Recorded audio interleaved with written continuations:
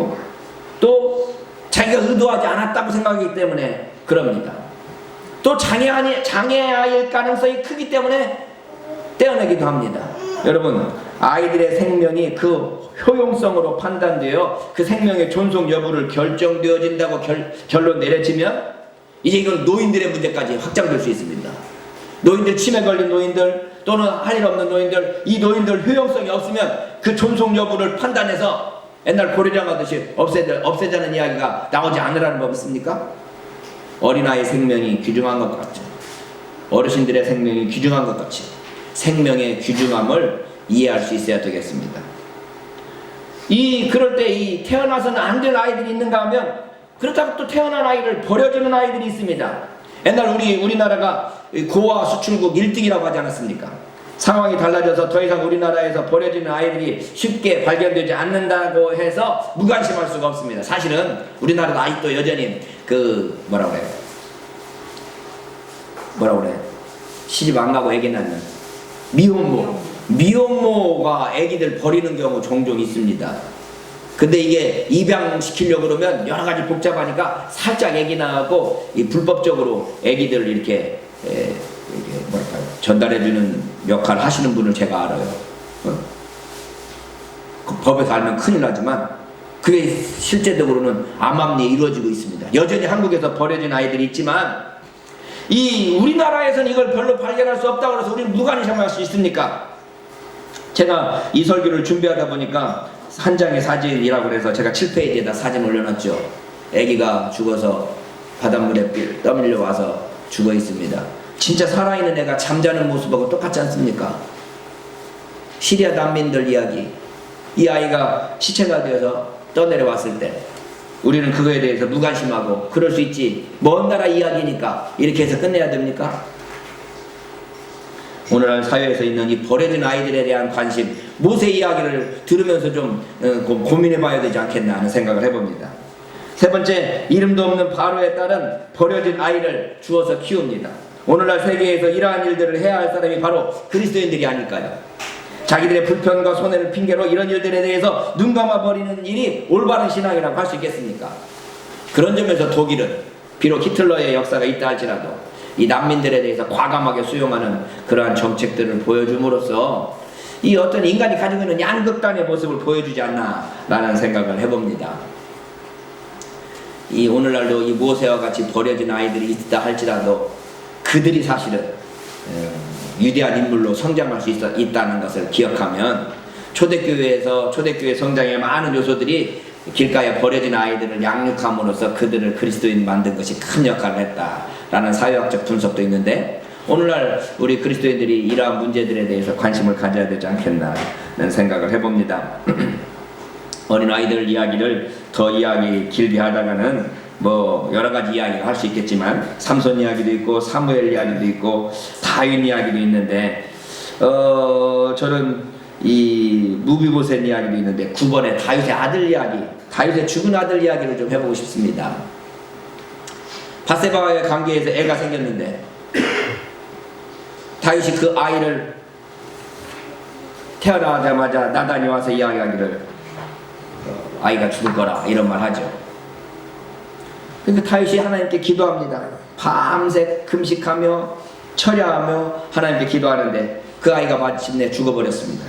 신하들이 아이가 살아있을 때 저렇게 금식하고 기도했는데 왕에게 그 아이가 죽었다는 소식을 어떻게 알려하고 입 다물고 있으니까 왕이 눈치를 보니까 아이가 죽은 것 같거든요. 그러니까 애가 죽었냐 그랬더니 죽었습니다. 그랬더니 먹을 거 가져와라. 먹습니다. 그랬더니 신하들이 아이가 살았을 때는 금식하고 그렇게 우시더니 죽고 나니까 왜 잡수십니까? 라고 하니까 다윗이 대답합니다. 아이가 살았을 때 내가 금식하고 온 것은 혹시 여호와께서 나를 불쌍히 여기서 아이를 살려주실는지 누가 알까 하며니와 시방은 죽었으니 어찌 금식하랴 내가 다시 돌아오게 할 수 있느냐? 나는 저에게 가려니와 저는 내게로 돌아오지 아니하리라. 참, 이 아이의 죽음은 아버지의 죄 때문에 죽는 것일 수도 있죠.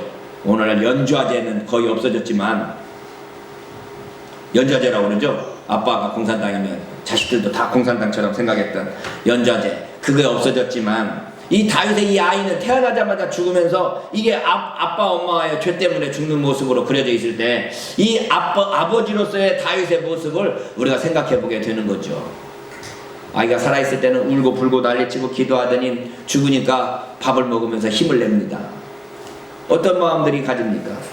여러분은 우리가 이 다윗과 같은 지혜가 필요하지 않나 하는 생각을 해봅니다.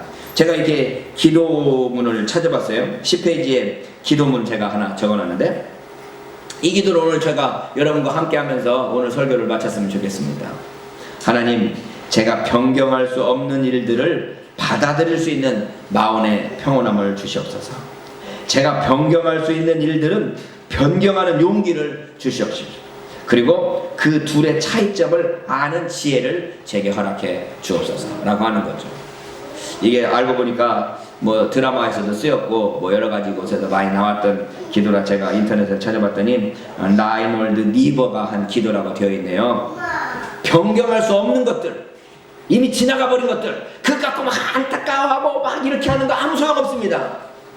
제가 자주 이야기하는 것처럼 우리 전라도 사투리라 용서하십시오. 죽은 자식 불알 만지기입니다. 이미 죽은 자식 불알 만져봤자 손자 더 이상 없어요. 그런데 막 과거의 일에 대해서 변경할 수 없는 일에 대해서 안타까워하는 거 그거 별 중요하지 않습니다. 별로 그거 아무 소용없습니다. 그런데 미래에 바꿀 수 있는 일들이라면 우리가 용기를 내서 그걸 변경시킬 필요성이 있습니다. 그런데 그 중요한 건 뭐라고 하면 이 둘의 차이점을 아는 지혜를 허락하여 주옵소서. 이걸 바꿀 수 있는 일인지 바꿀 수 없는 일인지를 분별해서 바꿀 수 없는 일이라면 그걸 내가 평온함으로 하나님의 뜻으로 받아들이고 바꿀 수 있는 일이라면 내가 용기를 내서 힘을 다해서 그걸 바꾸기 위해서 힘을 다하는 이런 일들을 하는 것, 이게 중요하다는 거 아니겠습니까? 이 다윗의 모습을 보면 살아있을 때는 자기가 할 수 있는 눈물로 기도하고 금식하며 달려들지만 애가 딱 죽고 나니까 이제 이건 변경할 수 없는 사실이구나 하고 받아들이면서 마음의 평온함을 찾지 않습니까? 우리는 자주 이걸 거꾸로 하는 것 같아요. 할 수 있는 일에 대해서는 되겠지 하고 그냥 앉아있고 기다리면서 할 수 없는 일에 대해서는 아이고 아이고 하는 모습들이 우리 주위에 자주 있습니다. 저는 그래서 지나간 일들에 대해서는 하나님의 예정과 뜻이다라고 믿자. 그러나 미래에 대해서는 하나님께서 나에게 자유를 주셔서 내가 할 수 있는 모든 일들을 할 수 있도록 기회를 주셨다라고 믿고 추진해 나가자. 제가 자주 이야기합니다. 여러분, 우리는 이 둘 사이를 분별할 수 있고 구별할 수 있는 지혜의 눈이 필요합니다. 어떤 것이 변경할 수 없는 일인가, 어떤 일이 내가 노력하고 힘쓰면 변경할 수 있는 일인가를 구분하면서 할 수 있는 지혜, 이게 우리에게 필요하지 않겠는가 라는 생각을 해봅니다. 이어지는 이야기는 솔로몬 이야기인데 솔로몬이 지혜를 구하지 않습니까? 우리 어린아이들이 더 배우고 더 알게 하려고 하는 그 모습처럼 우리들도 지혜를 구하고 더 하나님께 나아가는 그러한 모습들이 필요하지 않겠나 라는 생각을 해봅니다. 28명의 이 아이가 많이 있는데 그 중에 보면 이름 없는 아이들이 많이 있습니다. 이름이 없어요. 우리 사실 이름이 언제부터 생겼냐라고 하면 뭐 이름에 대한 역사도 그렇게 길지 않습니다. 우리는 다 우리나라 전부 인구 중에 양반 자손이 80% 90% 되지 않습니까? 근데 사실 옛날에는 양반이 몇 %나 됐겠어요. 그러다 보면 우리 조상들 올라가다 보면 양반 집안, 진짜 순수한 양반 별로 없을 거예요. 근데 다 양반집이 된 거 무엇입니까? 어린아이들 이름 별로 없었어요. 옛날에 여자들 이름도 없었지 않습니까? 에? 다 우리 어머니가 북얼댁이었는데 북얼에서 시집 왔으니까 북얼댁이고, 죽산에서 시집 왔으면 죽산댁이고, 뭐 옛날에는 엄마들 다 그렇게 불렸어요. 그러고 나서 이제 애기 나면 누가 엄마, 승혁이 엄마, 승혁이 엄마 이렇게 불렸어요. 그런 이름을 가지고 이제 떳떳한 하나의 인격으로 존중받는 것은 그리 오래되지 않았습니다. 어린아이들을 어린이 주일을 맞이해서 어린이들을 생각하면서 저는 결론으로 요한복음 16장 21절을 택했습니다.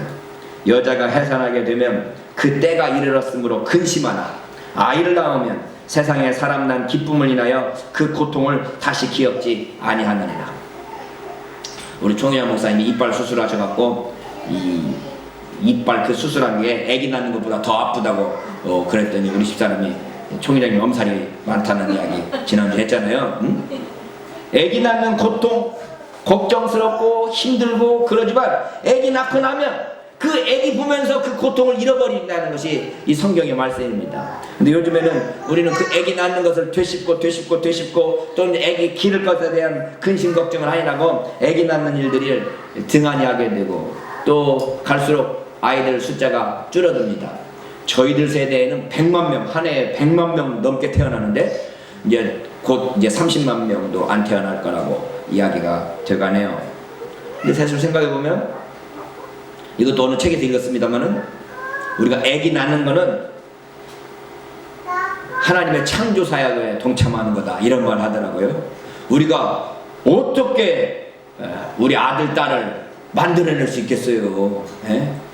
뭐 여기는 다 만들어낼 수 있기 이미 오래된 사람들만 많이 모였기 때문에 네? 이제 더 이상 가능성 없지만 우리 자녀들을 생각하고 자녀들을 태어나게 하는 것 이거 하나님의 축복일 뿐만 아니라 하나님의 창조 능력에 동참하는 거다 이렇게 말하고 있는데 오늘날 사회가 참으로 어려워졌지만 우리가 해산하는 고통을 아기 난 아이를 보면서 잊어버리는 것처럼 우리가 해산하는 고통이 있는 어떤 어려움과 또 그러한 난관이라 할지라도 그걸 극복했을 때 우리에게 주어지는 기쁨을 바라보면서 나아갈 수 있는 그러한 믿음, 그러한 신앙 이것들이 우리에게 필요하지 않겠나라는 생각을 하게 됩니다. 하룻강아지 범 무서운 줄 모른다 라고 그러죠. 그래서 어렸을 때부터 범 무서우니까 가만히 있으라고 말하지만 사실은 범 무서운 줄 모르고 덤벼드는 그 용기가 그런 어떤 어린아이 같은 그런 심정이 다윗이 골리앗 앞에 서서 물맷돌 하나 들고 올챙이 5개 들고 나가는 그러한 용기가 오늘 우리에게 필요하지 않겠습니까?